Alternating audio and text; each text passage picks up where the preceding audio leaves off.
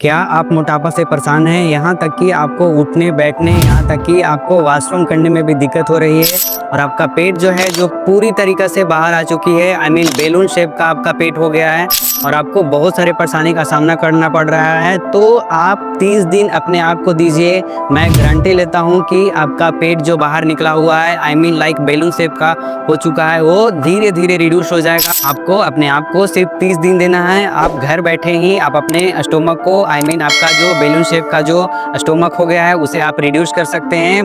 But अपने आप को अगर आप 30 दिन दीजिएगा तभी आप हमसे सवाल कीजिएगा। और आपको सिर्फ 3 चीज़ और 30 दिन फॉलो करना है। 3 चीज़ में आपका प्रथम है, आई मीन पहला है डाइट, और दूसरा है एक्सरसाइज, और तीसरा है आपका मेहनत। क्योंकि जब तक आप मेहनत नहीं करेंगे तब तक आपका जो बैलून शेप का जो पेट हो गया है वो कभी भी ख़त्म नहीं होगा। और साथ ही जब आपका पेट अंदर जाएगा, आई मीन आपका जो बैलून शेप का जो पेट हो गया है वो जब अंदर जाएगा तो ऑटोमेटिक है जो आपका शरीर का वजन जो है जो धीरे धीरे कम होगा। क्योंकि इस जनरेशन में जितना आपका फैट बढ़ेगा उतना ही आपके शरीर में बीमारी होगी और आपको बहुत सारी परेशानी का सामना करना पड़ सकता है। अगर आपका बॉडी पूरी तरीक़े से फैटी है तो 3 चीज़ में जो कि मैं आपको 30 दिन तक फॉलो करने के लिए बोला, उसमें से पहला क्या था जो आप सोच करके बताएं?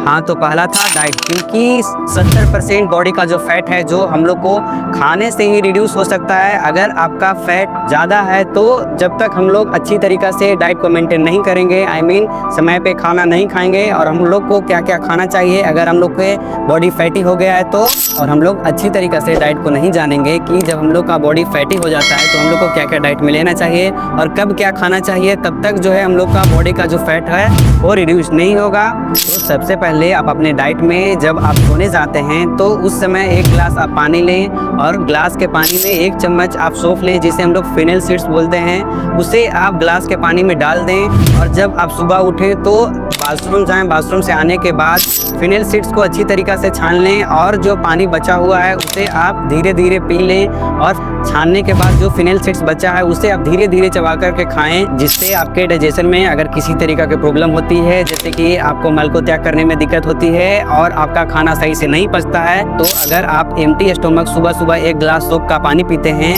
तो आपका जितना भी डाइजेशन में कचरा होगा उसे बाहर निकाल फेंकेगा। सुबह में नाश्ता के समय में आप अंकुरित चना, मूंग खा सकते हैं और साथ ही आप ओट्स ले सकते हैं, आई मीन दलिया ले सकते हैं, जो कि आपके डाइजेशन में मदद करेगी और साथ ही आपको पर्याप्त मात्रा में एनर्जी देगी अगर आप अंकुरित चना और मूंग का सेवन करते हैं तो। और दोपहर के समय में आपको रोटी, दाल, सब्जी और सलाद, और दाल में आपको नींबू निचोड़ लेना है और उसी में आपको रोटी खाना है। और शाम के समय में आपको फ्रूट्स और सलाद को लेना है। आपको शाम के समय में जिंदा खाना खाना है, ना कि डेथ फूड खाना है, जैसे कि फ्रूट्स हो गया, वेजिटेबल हो गया, जो भी खाना है आपको बिना पकाए हुए खाना है। क्योंकि रात के समय में हम लोग एक्टिविटी नहीं करते हैं, तो अगर हम लोग टाइट भोजन करते हैं तो हम लोग का डाइजेशन में दिक्कत हो सकती है। इसीलिए आप जब भी शाम को खाएं तो फ्रूट्स और वेजिटेबल और कच्चा होना चाहिए, ना कि पका हुआ होना चाहिए। क्योंकि पका हुआ सामान को डाइजेशन होने में थोड़ा दिक्कत होती है और समय लगता है, तो आपको कच्चा सामान खाना है जिससे कि आपका डाइजेशन जो है जो अच्छी तरीक़े से हो। और दोपहर के बाद आपको जब भी भूख लगता है तो आप कच्चा सामान ही खाएं, जैसे फ्रूट्स हो गया, वेजिटेबल हो गया, उसे पकाना नहीं है, आपको कच्चे खाना है, जिससे कि आपका डाइजेशन में किसी तरीक़ा की दिक्कत नहीं होगी। और आपको एक्सेसिव शुगर वाला खाना नहीं खाना है, और साथ ही आपको कोल्ड ड्रिंक नहीं पीना है, और साथ ही आपको जितना भी बाहर का फ्राइड राइस वगैरह जितना भी फ्राई वाला चीज़ है वो आपको 1 महीना तक खाने से बचना है। क्योंकि आपको 1 महीना तक देखना है कि आपका फैट रिड्यूस होता है कि नहीं। उसके बाद आपको ये कंटिन्यू डाइट को फॉलो करते हैं तो आपका बॉडी फिट एंड फाइन रहेगा, आपके बॉडी में किसी तरीक़ा की दिक्कत नहीं होगी अगर आप ये डाइट को फॉलो करते हैं तो। अब बात आती है वर्कआउट की। क्योंकि जो कुछ भी हम लोग खाते हैं उसे पचने के लिए, आई मीन डाइजेशन होने के लिए वर्कआउट हम लोग को करना बहुत ही ज़रूरी है। बिना वर्कआउट किए हुए हम लोग का फूड का जो डाइजेशन है वो अच्छी तरीक़ा से नहीं होगी। तो वर्कआउट में सबसे पहले मंडे टू संडे आपको 30 to 45 मिनट्स पर डे आपको चलना है, आई मीन पैदल चलना है, जिससे कि आपका फैट जो है जो धीरे धीरे रिड्यूस होगा और आपका बॉडी का जो मेटाबॉलिज्म है वो एक अच्छे वे में काम करेगा, जिससे कि आपका डाइजेशन के साथ साथ आपका बॉडी का पूरा जो हेल्थ है जो अच्छा रहेगा। और साथ ही वर्कआउट में चलने के साथ साथ अगर आप योगा, मेडिटेशन करते हैं और साथ ही आप कहीं पे लटकते हैं तो आपका फैट जो है जो जल्दी से रिड्यूस होगा। क्योंकि आप ये सारी एक्सरसाइज करते हैं तो आपका बॉडी का हार्मोन जो है जो बैलेंस रहता है।